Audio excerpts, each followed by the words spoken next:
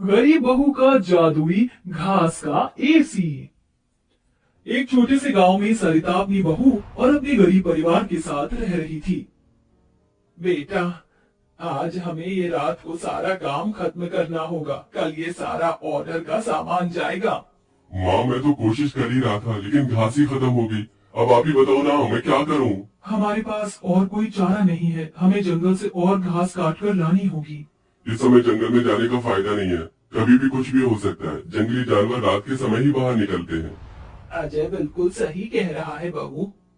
अरे माँ जी, हम दो लोग अगर जाएंगे तो कोई जानवर पास नहीं आएगा, और फिर इतनी जल्दी कोई जानवर हमला नहीं करता। हमें ये ऑर्डर कल देना है।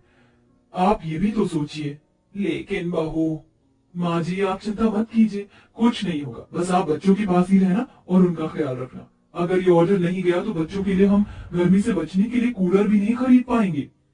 सरिता की बहू भाविका और उसका बेटा, वो तीनों घास से पंखे कूलर बनाने का काम किया करते थे, इसलिए उन्हें घास की जरूरत पड़ती थी। वह आधी रात के समय जंगल में जाते हैं। भाविका, जरा से भी हलचल हुई तो मुझे बता देना, कभी भी कुछ भी हो सकता है। ठीक है जी, मैं आपको बता दूंगी। अजय और भाविका दोनों ही जंगल में घास काट रहे होते हैं, तब उन्हें झाड़ियों से आवाज आने लगती है। क्या तुमने भी वहाँ से कोई आवाज सुनी है? हाँ जी, मैंने भी सुनी है। मैंने तुम्हें कहा था ना, इस समय आना ठीक नहीं है। चलो देखते हैं उधर क्या है। भाविका और अजय झाड़ियों के पास जैसे ही जाते हैं, उन झाड़ियों के पीछे से एक आदमखोर भेड़िया निकलता है। भाविका, भागो यहाँ से, यहाँ पर तो बहुत खतरनाक भेड़िया है। अजय और भाविका दोनों अपनी जान बचाकर भागने लगते हैं।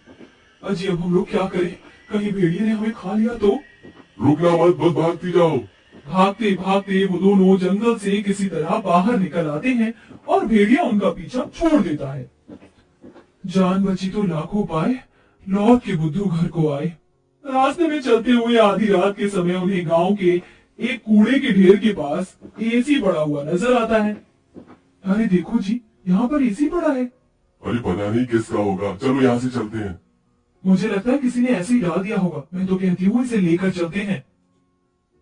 भाविका अजय को एसी ले जाने के लिए मना लेती है, जिसके बाद वो दोनों उस एसी को घर ले आते हैं।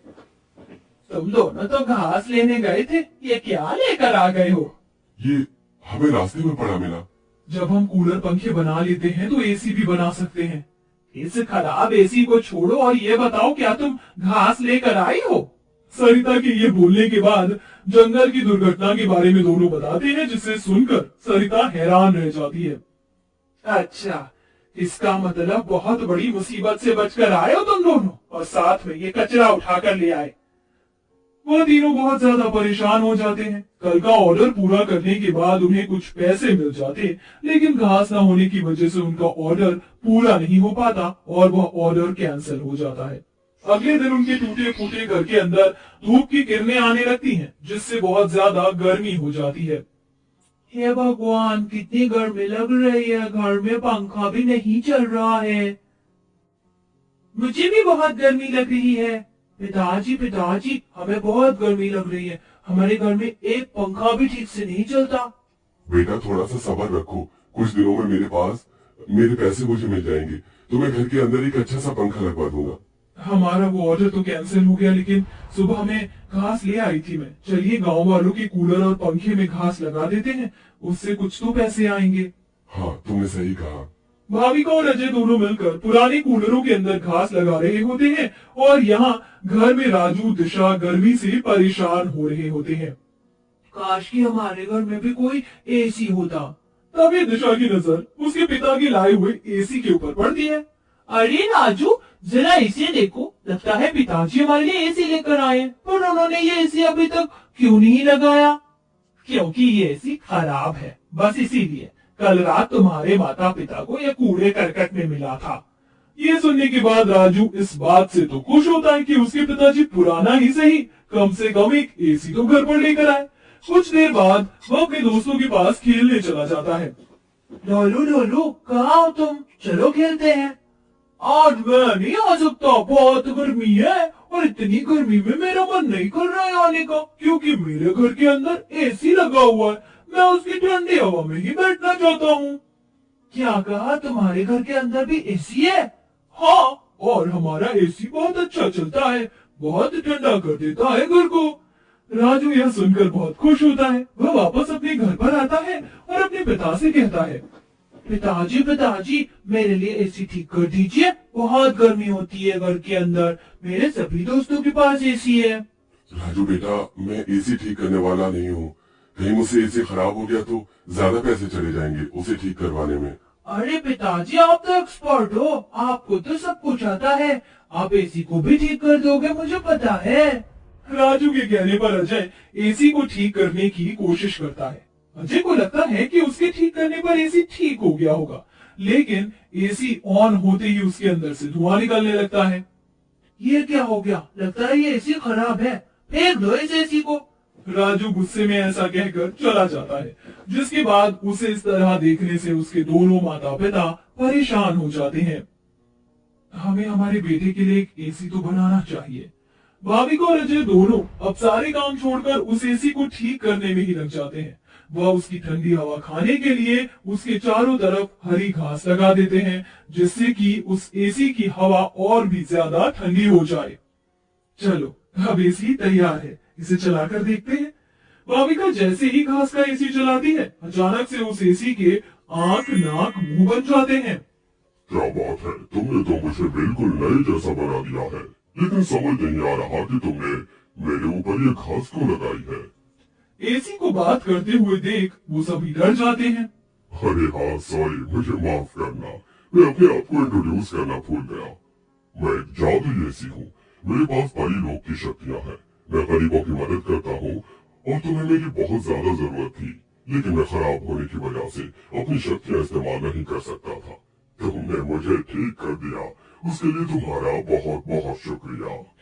माँ, पिताजी देखो, ये एसी तो बात भी करता है। हाँ, तुमने बिल्कुल सही कहा, ये तो कोई जादुई एसी है। तुमने बिल्कुल सही कहा, मैं हूँ एक जादुई एसी, बल्कि अब मैं हूँ एक घास का जादुई एसी और मुझे तुमने बनाया है। ये घास का जादुई एसी चलता भी है या फिर बस बातें ही करता है? तभी जादुई एसी के अंदर से ठंडी ठंडी हवाओं के साथ घास के बने हुए एसी निकलने लगते हैं। अरे वाह, इसकी ठंडी हवाओं के साथ इसके अंदर से तो घास के बने एसी भी निकल रहे हैं। यही तो मेरा जादुई कमाल है, मेरी ठंडी हवाओं के साथ तुम्हें घास का एसी भी मिलेंगे। ये तो सोने पर सुहागा हो गया। ऐसा जादुई एसी मैंने कभी नहीं देखा। अब उनके पास इतने सारे घास के एसी हो गए थे, जिन्हें वह देखकर सोच में पड़ जाते हैं। आजकल बाजार में एसी बहुत महंगा मिलता है, हम घास के बने हुए सस्ते एसी बेचकर पैसे कमा सकते हैं। सही कहा आपने, पर क्या लोग घास के बने एसी खरीदना चाहेंगे? सरिता यह सुनकर थोड़ी देर चुप हो जाती है। हमें पहले एसी बेचकर देखना चाहिए। इस तरह भाविका और अजय दोनों मिलकर बाजार में घास के बने एसी बेचने के लिए चले जाते हैं, जहां घास के बने एसी देखकर सभी लोग हैरान रह जाते हैं। एसी तो बहुत देखे, लेकिन ऐसा एसी नहीं देखा, ये तो बहुत अलग है, घास से बने एसी, मैं भी खरीदना चाहूंगी। कितने का है एक? ज्यादा नहीं, मात्र 1000 रुपए का है। आजकल एसी 30-40 हजार तक मिलते हैं और तुम इतने सस्ते में बिल्कुल कौड़ियों के भाव बेच रहे हो। चलो मुझे एक दे दो। कोमोरिका के खरीदने के बाद वहाँ और भी लोग उन दोनों से एसी खरीदते हैं। इसी के चलते उनकी अच्छी खासी बिक्री हो जाती है और सारे एसी बिक जाते हैं। आज का ये आखिरी एसी बचा है, इसे मैं अपने घर में लगाऊंगा। अजय घास का एक एसी अपने घर में भी लगा देता है और घास की जादुई एसी का इस्तेमाल वो बस तभी करता है जब उसे एसी बेचने के लिए पैसे चाहिए होते हैं। जादुई घास के एसी, अपनी ठंडी ठंडी हवाएं दो, जिससे मुझे तुम्हारे जादुई घास के एसी मिले। अजय के इतना बोलते ही जादुई घास के एसी के अंदर से ठंडी ठंडी हवाओं के साथ घास के बने एसी निकल आते हैं। इस तरह धीरे धीरे अजय अपना घास के बने एसी का बहुत बड़ा बिजनेस खोल लेता है और धीरे धीरे उसकी सारी परेशानियां खत्म हो जाती हैं। अब वह गरीब परिवार खुशी खुशी रहने लगता है।